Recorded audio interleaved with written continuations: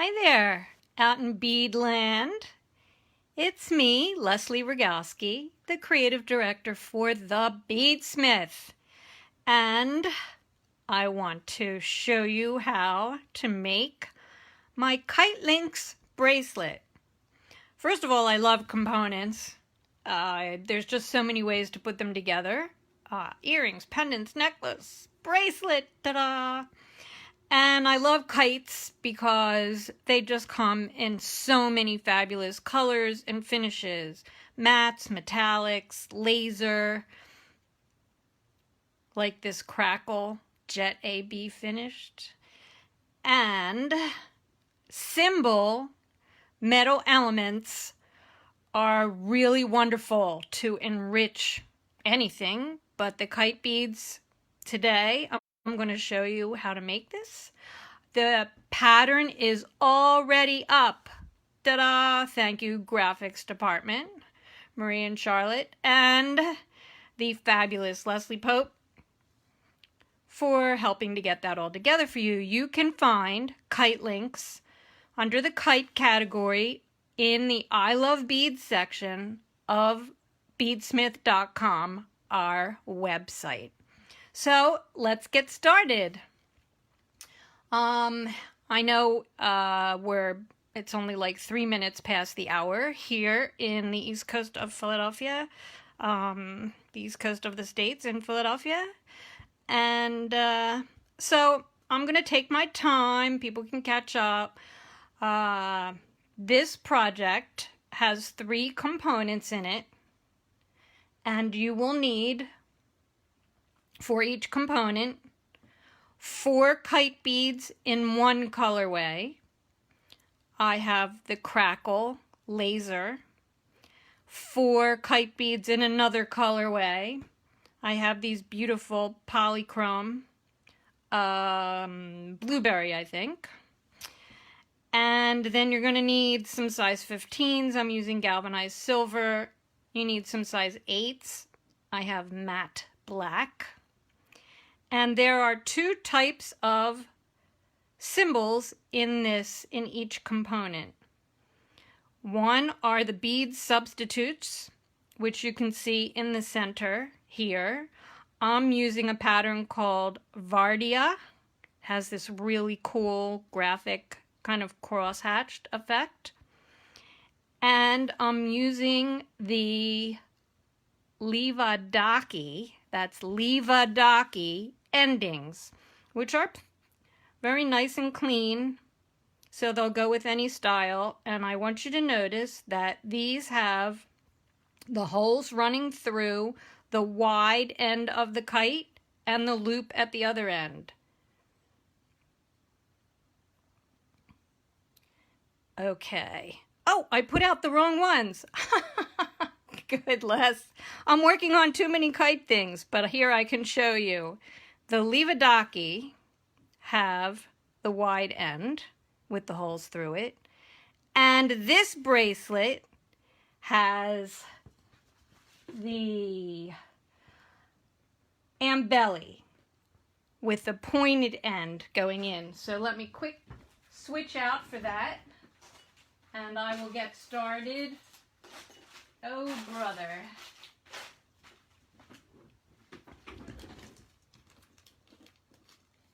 I had the wrong ones out, don't you know it?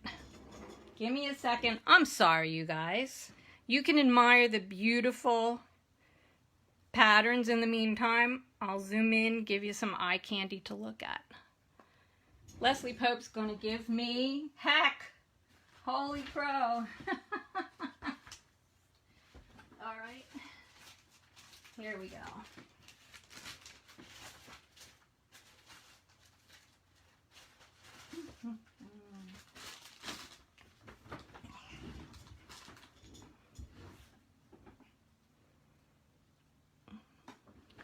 Need to find the other kites. Here we are. All right, now I have the right ones.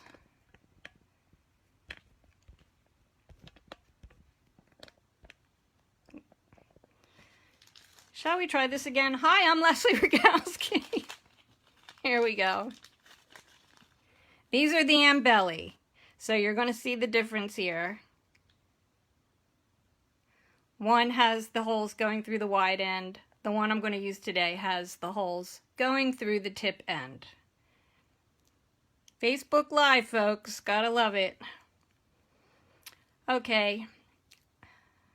Better than watching the Yule log around the holidays. Well, gosh, thanks. I'll take that as a compliment. All right. So we need, for each component, we need 2 of the Vardia substitutes, 2 of the embelly ends, and a total of 8 kites, a smidgen of 15s, and a smidgen of the 8s, and then you will need some jump rings to attach your clasp at the end. So I'm starting for a single component. I'm starting with a 28-inch piece of fireline and a size 12 needle, because you have these tiny little 15s that you want to get through. And it is good to know that there are 2 kinds of kite cymbal endings. You know, a lot of R&D time was spent in developing this family of elements, the cymbal elements, and we made sure, because we know there's a couple ways to put these beads together, that you need to have those different versions. So I probably would have brought out the other eventually, but I'm so glad that I kind of messed up and was able to bring that in and introduce you to just the range of these. So we're going to start with a circle. As always, the tutorials have nice, clear illustrations. So here's where we're going to get started. And we're going to circle around and reverse direction and build up on one side and the other side. It's really not a very complicated pattern. And of course, once you start making components, you may want to do more than just 3. So I am going to pick up all of the beads through in this step through the tip ends, the narrow ends. And I want to mention, as the tutorial will tell you, that every thread path you are going to go through twice.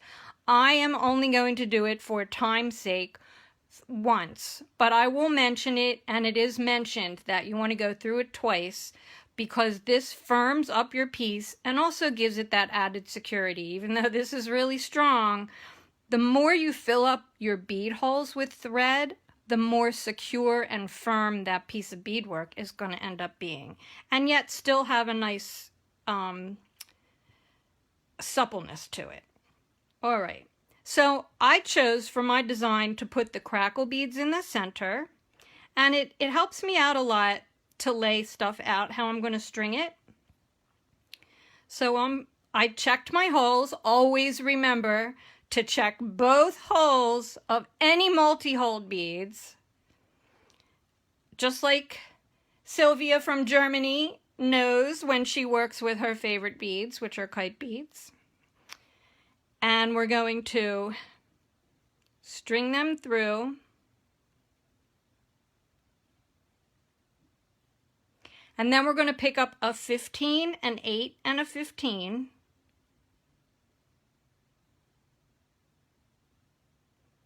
And we're going to string that around. You can put a stopper bead on if you want. I'm just going to leave it so you can see it laid out here. Now I'm going to pick up the exact same thing for what I'll call the bottom of the component. By the way, the Vardia have pattern only on one side. The other side is nice and clean. You could certainly choose to use it that way if you want to. And I'm going to sew through, continuing around in the same direction to make the circle. Remember to check both holes to make sure that they're clear. And for the other side of the first step, I'm going to pick up another 15 and an 8 and a 15. And you would sew around this twice. So pretend it's sewn around twice. and then you're going to knot your tail thread to the working thread.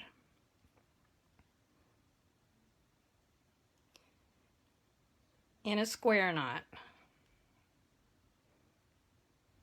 And my knot is nice and discreet in between the 15 and the crackle kite right there. I'm going to knot it twice because for this demo, again to save time, you would take the tail thread and string it on another needle and weave it into your piece. I'm just gonna snip mine off to be out of the way. There we go. Now you have your working thread left. All hail Queen Sylvia, the kite bead queen of Germany. Thanks for tuning in all the way from across the seas. Okay, the next step involves a reversal of direction. So let's see, just going around this way. I'm going to sew through all the way around following the direction that my circle was to come out the very first kite bead that I strung. So I will work my way around, being careful not to skip any beads. So, oh, and I have to tell you guys, although the weather has cleared up, we had a massive thunderstorm show up out of nowhere and knock everybody off the internet. If that happens, I truly apologize and we'll try to get back. But it's nice and sunny out. Looks like we're probably in for a nice, safe window of time to get this done for you guys. Make sure you don't get hooked on any beads. And I'm sewing through the last 8 and 15 and through the very first kite bead that I picked up. So here I am. Now I'm going to sew out the wide end. And yes, there's a thread here, but it's going to be hidden alongside the kite. Plus, we're going to have other beads that are going to snug into these spaces, so you really won't see that thread. But I need to reverse direction, and I'm going to utilize what I do all the time with my little, I'm going to pick up a 15 and do a little turnaround going back through the hole that I just came out to make like a little rivet or a pip right there. And now I'm in position to move on to figure 2. So I'm going to pick up another 15 and my color, now I have my color B of my kites, and I'm going to pick up one through the wide end and pull it in. You can see it's going to fit right there. I'm going to now sew through the Vardia substitute, and I'm going to mirror this on the other side by picking up a kite through the wide end and a 15 going through the wide end of the other kite there. So here we are, and now I'm going to make my little pip turnaround and come back in through all the beads I just sewed. This is going to reinforce my thread path. Like I said, this is essentially the second pass through this step. So I went back into the hole I exited of the kite and through the 15.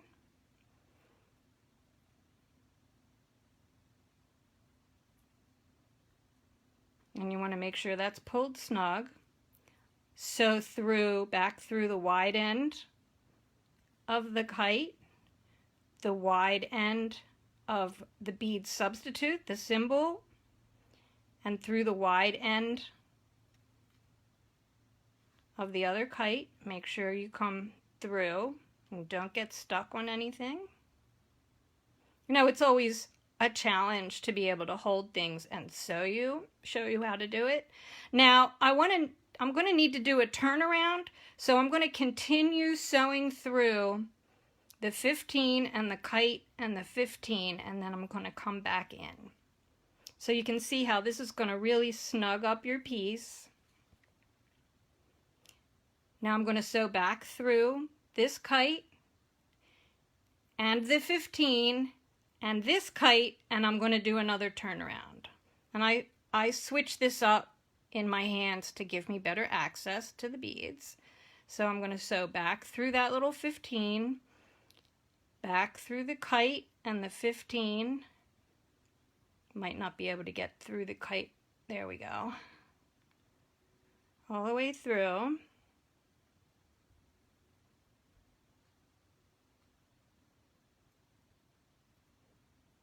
So now I've zigzagged my thread path through, and I'm coming out on the inside of the blue kite here, and I'm going to do the same thing that I did in the previous step. I'm going to reverse direction and sew through the tip bead, pick up a 15, and sew back through the hole that I just exited. So that's what we have so far. Now we get to add one of the endings that fits right in there. So I'm going to string my embelly through the tip end and sew through the other kite. So you can see that's half of it. The trick with the 15s, I'm sorry, I can only see a little bit of that message, but that is, I mean, utilize it, you guys, because it really helps when you have to work with a single thread going back and forth. It's just a nice, clean way, not only to do turnarounds, but also if you don't like showing an empty hole, that's a way to add just that little subtle decorative detail that adds that bit of texture to it. Okay, so I've sewn through, I've added the embelly, I've come out of the kite. I'm going to pick up another 15. I'm just going to sew back through. You're going to go back and you're going to sew through twice, so why don't I just do that?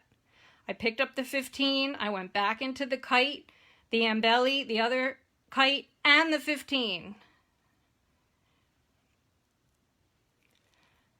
Now I'm going to have to work my way down around. Okay.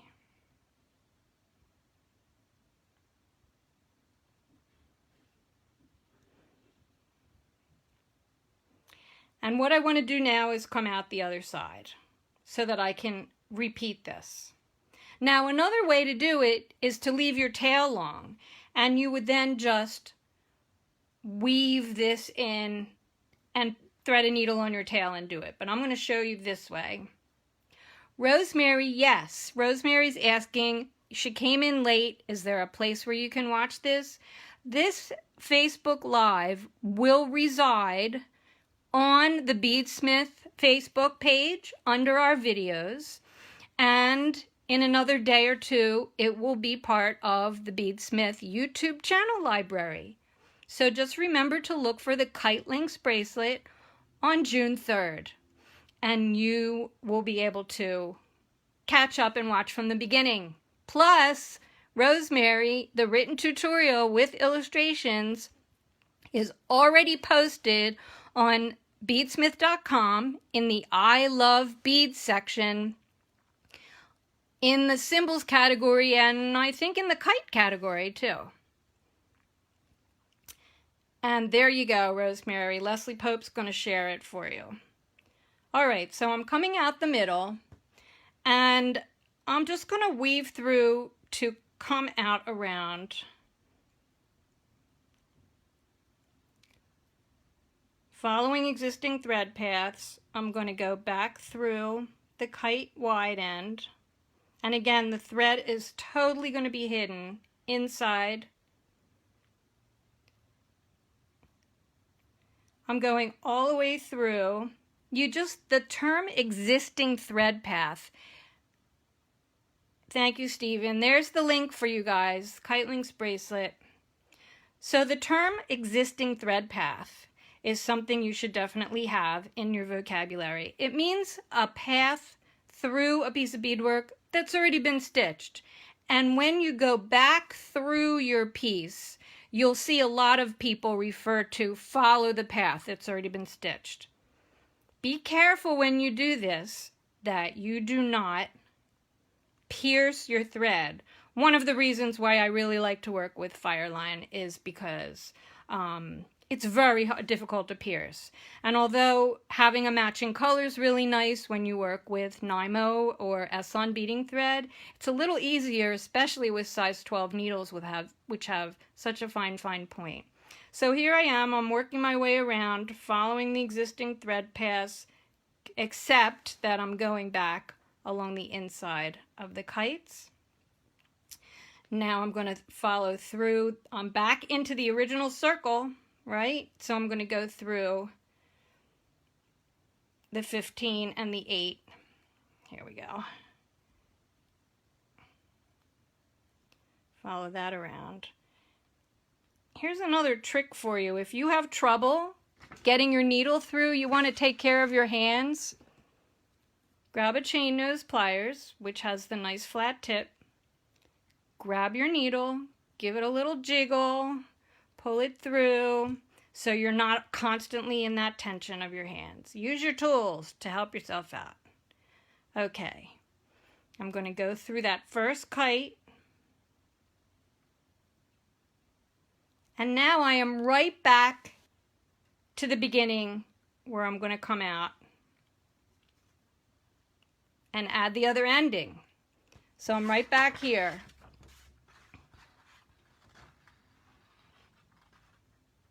To add the other side. Let's do it. Perry, hi Perry. All right, so we're gonna add a 15, make that little rivet. I'll put it down. I'm gonna pick up the other color kite through the wide, whoops. I have to pick up a 15 first. I'm doing this without reading my instructions. Okay. Pick up a 15. Go through the wide end of the cymbal. And now mirror. Pick up a cymbal. Now a 15. Come out the other side. Add your little rivet, and we're going to go all the way through.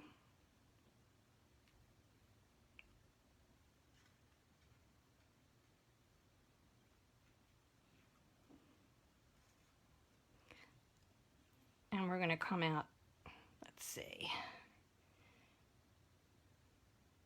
just outside.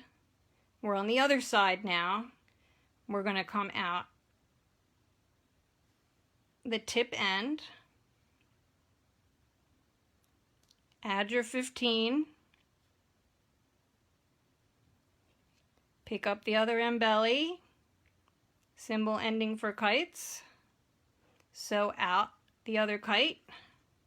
I love the way these fit together. This is such a great mosaic, if I do say so. Wow. Pick up a 15, follow your existing thread path to repeat back. And there you have your first component. Now I'm going to sew back through that 15 and into the beadwork, and you would reinforce this by going back through your thread path, back and forth, and weave it into the piece. And there's your component. Now, I'm sure I don't really have to demo that what you want to do for this particular project. I found that 3 components linked together with a single 6mm jump ring made a nice length of beadwork. Where's my tape measure? And you can then add jump rings to the end to add your clasp. I have magnets. I happen to like magnet clasps a lot. One end would have a jump ring and the other end would have your clasp to hook to the jump ring. Look, this is the rose gold. Did I mention that these are all 4 colors of the cymbal elements? Antique brass, rose gold, gold plate, and silver plate.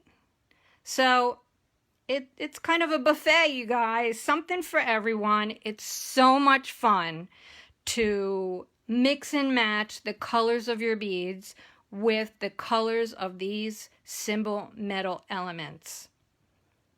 Hey, Janet. How you doing? It's great to see people tuning in over and over. Remember, if you have any questions, you can get in touch on our Facebook page and we will get back to you. So this is the Kitelinks Bracelet. I'm Leslie Rogalski, reminding you that you can find the Ambelli, the Vardia, kite beads, and other quality BeadSmith beads, tools, and supplies at your favorite bead reseller. We love beads. Everybody be safe. See ya.